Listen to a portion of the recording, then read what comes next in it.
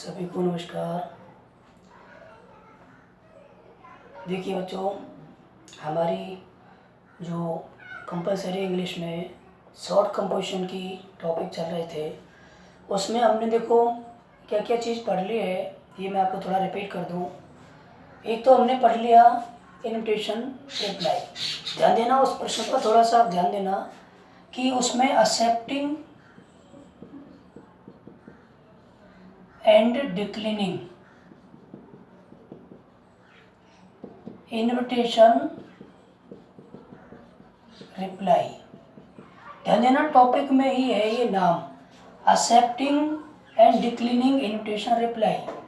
इसलिए आपका आंसर पूरा तभी बनेगा जब आप उसको या तो उसमें एक्सेप्टिंग दे रहे हो या डिक्लाइनिंग दे रहे हो। आपने इन्विटेशन प्राप्त किया, आप उसको स्वीकार कर रहे हैं या अस्वीकार कर रहे हैं, आप वहाँ जाना चाह रहे हो या नहीं जाना चाह रहे हो। जाना चाह रहे हो तो वो सूचना देनी है, नहीं जाना चाह रहे हो, क्यों नहीं जाना चाह रहे हो, कारण देना है। फिर उसके प्रकार हो गए, एक फॉर्मल और एक इनफॉर्मल।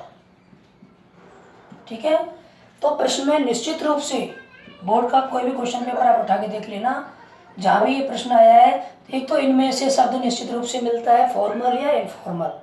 अगर ये नहीं लिख रहा है तो आप समझ लें प्रश्न वो गलत है। दूसरा, या तो एक्सेप्टिंग के लिए कोई शब्द उसमें होगा या डिक्लाइनिंग के लिए होगा। तो कुछ बच्चों ने मुझे प्रश्न पूछा था, उन्होंने कहीं से कोई क्वेश्चन देखा, कोई मैटर देखा, तो उसमें उनको प्रॉब्लम आई, तो मैं उन्हें बता रहा हूँ कि आप ध्यान देना, प्रश्न में निश्चित रूप से इनमें से कोई शब्द होगा, या तो फॉर्मल होगा या इनफॉर्मल होगा। दूसरी बात, या तो उसमें एक्सेप्टिंग करने के लिए आएगा या डिक्लाइनिंग करने के लिए आएगा प्रश्न के साथ। इन दोनों में से तो निश्चित रूप से होगा ही होगा। फिर शब्दों से यहाँ ध्यान रखना, या तो ये स्पष्ट शब्द आ सकते हैं या इनके इस बात को प्रकट करने वाले कोई शब्द दूसरे हो सकते हैं, लेकिन होंगे निश्चित रूप से, तब जाके वो आपका आंसर पूरा बनेगा। और आंसर में इस बात को भी हमें शामिल करना है। तो एक तो ये हमने पढ़ लिया। दूसरा टॉपिक हमने नोटिस का देख लिया। ठीक है, नोटिस में अभी कुछ ही प्रश्न मैंने आपको कराएं, और ये ध्यान रखना कि अभी मैं केवल थोड़ा थोड़ा सिखा रहा हूँ। बोर्ड का एग्ज़ाम जब आएगा, यानी कि उसके पहले जनवरी में या दिसंबर में, आपके लिए मैं वो टॉपिक कराऊंगा जो बोर्ड में आएंगे निश्चित रूप से। ठीक है, तो दो टॉपिक हम पढ़ चुके हैं, आज हम तीसरे टॉपिक की बात कर रहे हैं। तीसरा हमारा टॉपिक है पोस्टर। ठीक है, पोस्टर जो टॉपिक है, यदि आप सिलेबस में देखोगे तो ये लिखा है drafting poster, drafting poster on social, ठीक है, करंट और नेशनल इश्यूज।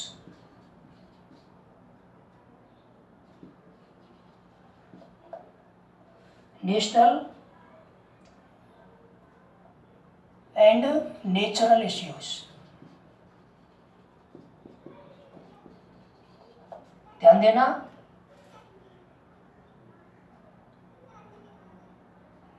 ये नेशनल और नेचुरल इश्यूज। तो आपका जो पोस्टर का प्रश्न है वो या तो सामाजिक मुद्दों पर आधारित होगा, यो समसामयिक मुद्दों पर होगा, जो वर्तमान में घटनाएं घटित हो रही हैं उससे संबंधित होगा, या कोई राष्ट्रीय मुद्दा होगा, या कोई प्राकृतिक होगा। इनमें से निश्चित रूप से कोई ना कोई बिंदु आपके लिए हो सकता है। ये इस तरह से आपको पोस्टर का प्रश्न मिलता है। अब यहाँ ध्यान देखना, ये हमारी हेडिंग हो गई। अब इसमें हमें समझना क्या है। पोस्टर, देखिए पोस्टर का जो मेन उद्देश्य होता है वो या तो अवेयरनेस के लिए होता है।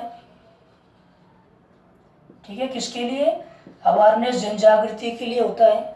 ठीक है, या किसी अपील के लिए होता है, कोई अपील कर रहे हैं लोगों से, उनको समझा रहे हैं। ठीक है, या कोई एडवर्टाइजमेंट के लिए भी पोस्टर बनाए जा सकते हैं। विशेषकर आपके लिए जो प्रश्न आते हैं वो अवेयरनेस और अपील के आते हैं, विज्ञापन के प्रश्न आपके लिए इसमें नहीं आते। ठीक है, क्योंकि विज्ञापन का टॉपिक आपके लिए अलग से सिलेबस में है। अवेयरनेस यानी कि एक तो जागृति, किसी चीज़ मुद्दे के बारे में जागृति लोगों तक पहुंचाना, या किसी चीज़ की अपील करना। ठीक है, उससे संबंधित पोस्टर बनाए जाते हैं, ये आपके सिलेबस में है। अब हम देखें नेक्स्ट, हम इसमें थोड़ा सा समझ लें पोस्टर में आपको क्या करना है। हाउ टू डिजाइन या how to draft a good poster. एक अच्छा पोस्टर आप कैसे बना सकते हैं, इसके लिए थोड़ा सा आपको समझना पड़ेगा। तो यहाँ देखें, इसके लिए आपको कुछ बिंदु याद रखने हैं। पहला बिंदु आपको लिखना है कि सर्वप्रथम शीर्षक पंक्ति लिखें। क्या लिखें भैया? शीर्षक पंक्ति। यानी कि जिस बिंदु पर आप पोस्टर बना रहे हैं उसके शीर्षक, उसकी हेडिंग इस तरह से बनाएंगे जो अट्रैक्टिव हो। कैसी हो? अट्रैक्टिव हो, दूसरों को आकर्षित करने वाली हो। ठीक है, अट्रैक्टिव होनी चाहिए।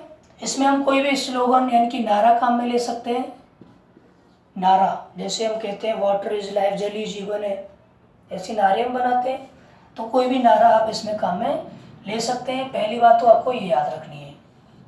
ठीक है, उसके बाद शीर्षक पंक्ति के नीचे फिर हम कोई चित्र या दृश्य बनाएंगे।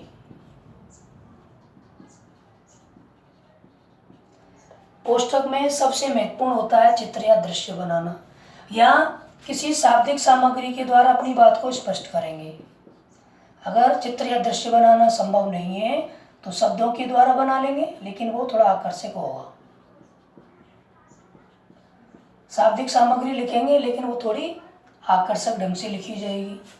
ठीक है, उसके बाद जो भी हम पोस्टर में मैसेज देना चाह रहे हैं, जो भी सूचना हम देना चाह रहे हैं, वो सूचना हमें लिखनी है। ठीक है, यानी कि सबसे पहले हमने उसकी टाइटल बनाया, जिस विषय पर हम पोस्टर बना रहे हैं वो लिखेंगे। उसके नीचे उससे संबंधित चित्र या दृश्य बनाएंगे। ठीक, उसके बाद हम जो भी सूचना उसमें देना चाह रहे हैं वो लिखेंगे। ठीक है, और अंत में जो पोस्टर जारी करने वाला है उसका नाम पता लिखेंगे। जारी करने वाले का नाम पता, ये 4 बातें आपको पोस्टर में बनानी है। कौन सी 4 बात? सबसे पहले हमने शीर्षक बनाया, उसके बाद उससे संबंधित चित्र या दृश्य बनाया, फिर जो भी सूचना, जो भी संदेश, ठीक है, जो भी अपील आप करना चाह रहे हैं वो आ जाएगा, फिर जारी करने वाले का नाम पता आ जाएगा। तो ये तो थोड़ा सा हमने शॉर्ट में इसको जाना, ये बातें लिखेंगे, आप याद रखेंगे।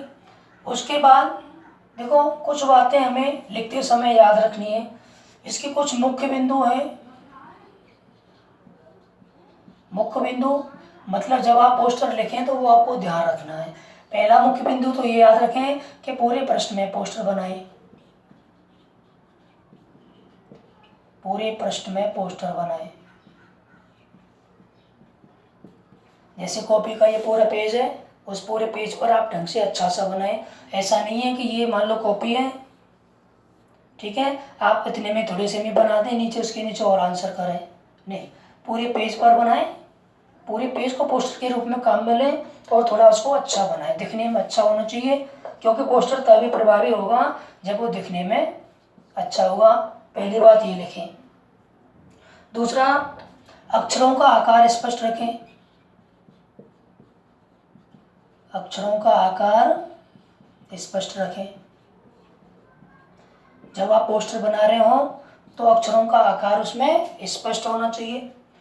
ठीक है, अगली बात आप लिखेंगे, शब्द सीमा का पालन करें। शब्द सीमा का पालन करें। एक बात याद रखना, आपका जो शॉर्ट कंपोजिशन का टॉपिक है, इसमें चाहे कोई भी टॉपिक आप लिख रहे हो, आपकी वर्ड लिमिट 40 से 50 शब्द ही होनी चाहिए, इससे ज़्यादा नहीं होनी चाहिए। इससे ज़्यादा आप लिख रहे हो तो वो गलत हो जाएगा। फिर कोई भी आप प्रश्न करो, 40 से 50 शब्दों में ही इनके उत्तर लिखने हैं। ठीक है, उसके बाद देखें, मैंने पहले ही बता दिया कि शीर्षक पंक्ति में आकर्षक नारे लिखें।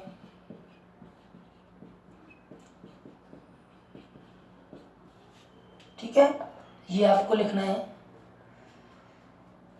प्रभावी चित्र बनाएं, क्योंकि इसमें चित्र का प्रभाव सबसे ज़्यादा होता है। प्रभावी चित्र बनाएं, ठीक है। और लास्ट में पोस्टर के चारों तरफ लाइन बना दें। पोस्टर के चारों तरफ लाइन बना दें। ध्यान देना, इस शॉर्ट कंपोजिशन के टॉपिक में अभी हम पोस्टर पढ़ रहे हैं। क्या पढ़ रहे हैं? पोस्टर। मैंने बताया आपको, देखो एडवर्टाइजमेंट बताया, इनविटेशन रिप्लाई बताया, चौथा टॉपिक है हमारा ये, और नोटिस बताया। तो इन सभी में एक आर्ग्यूमेंट एक ऐसा प्रश्न है, आर्ग्यूमेंट जो आपके लिए आएगा, मैं कराऊंगा एक प्रश्न। हालांकि बोर्ड में इसमें से कभी अब तक कभी प्रश्न नहीं आया, कभी आता भी नहीं है, फिर भी हमारे सिलेबस में तो हम पढ़ लेंगे। केवल ये आर्ग्यूमेंट जो होता है इसको हम बॉक्स में बंद नहीं करते, अर्थात चारों तरफ लाइन नहीं बनाते। बाकी चाहे आप एडवर्टाइजमेंट बनाओ, चाहे आप इन्विटेशन रिप्लाई दो, चाहे आप नोटिस बनाओ, चाहे आप पोस्टर बनाओ, उसको इस तरह से पूरा आंसर लिखने के बाद आपको वो पूरा इस तरह से बॉक्स में बंद करना होता है। ये पोस्टर भी करना होता है। तो चारों तरफ आप पोस्टर के लाइन बनाएंगे, ये आपको थोड़ा सा याद रखना है, ठीक है। ये इसकी बेसिक बातें हैं जो बच्चे लिख रहे हैं, फटाफट ये नोट करें। फिर हम थोड़ा सा इसको समझेंगे कि किस तरह से हमें इसका फॉर्मेट बनाना है। जो बच्चे लिख रहे हैं फटाफट लिखें, क्योंकि कुछ बच्चों ने कहा कि सर लिखने को टाइम दिया करो, तो लिखने के लिए टाइम थोड़ा सा आप ले लें। वैसे वीडियो रोक करके आप ये लिख सकते हैं, लिखा जा सकता है। वीडियो को आप वहाँ पर रोक लें, उसके बाद लिख लें, कर सकते हो। लिखो फटाफट।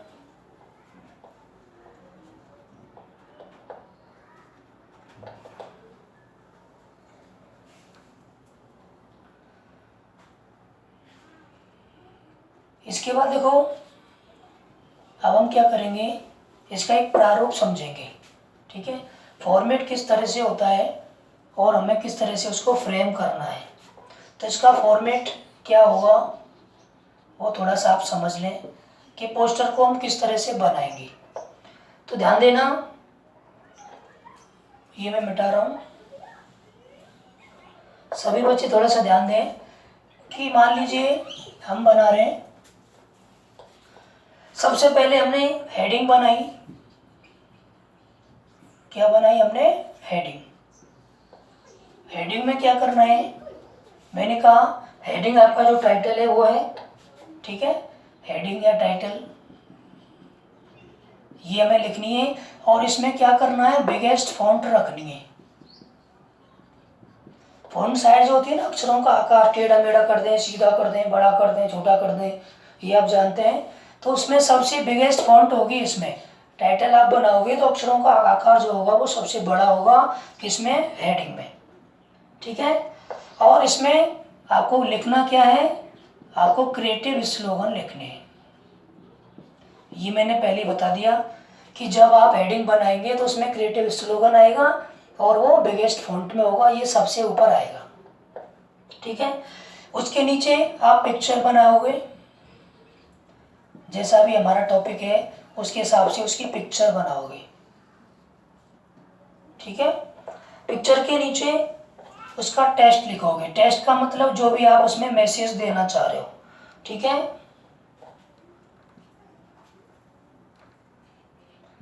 टू मच इंफॉर्मेशन, मतलब उसमें जितनी भी आप इंफॉर्मेशन देना चाहें वो आप ऐड करें, ठीक है। उसका पर्पस यदि आप बताना चाह रहे हैं, पर्पस आप लिखें, ठीक है। और उसके बाद यदि हम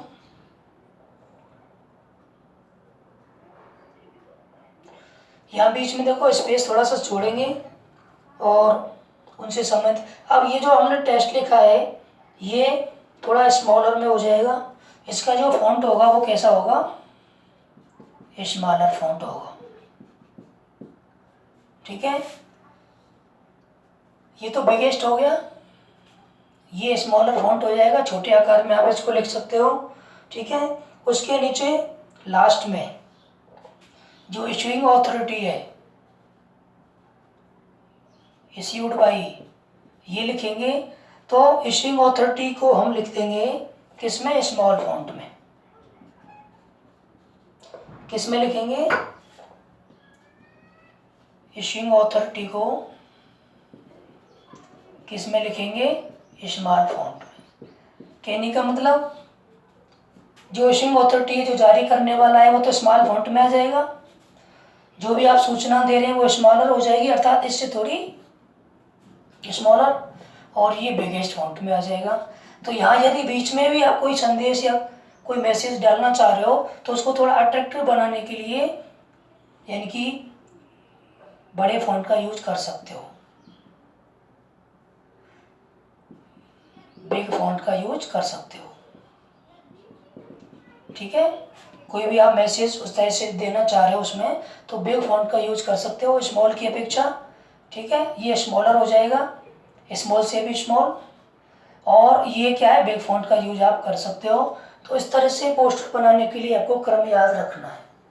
तो ये आज हमने पोस्टर बनाते कैसे हैं ये थोड़ा सा देखा। अब हम नेक्स्ट वीडियो में इसका एक क्वेश्चन देखेंगे और उसको हम कैसे बनाते हैं ये सीखेंगे। ठीक है, तो आज इतना ही आप करेंगे। ये हमने पता लग गया कि हेडिंग बिगेस्ट फॉन्ट में होती है, सबसे बड़ा अक्षरों का आकार यहाँ होगा, उसके नीचे पिक्चर होगी, फिर इंफॉर्मेशन जो भी आप देना चाह रहे हो वो उसमें आप यूज़ कर सकते हैं बिग फॉन्ट को, और सबसे नीचे जारी करने वाला।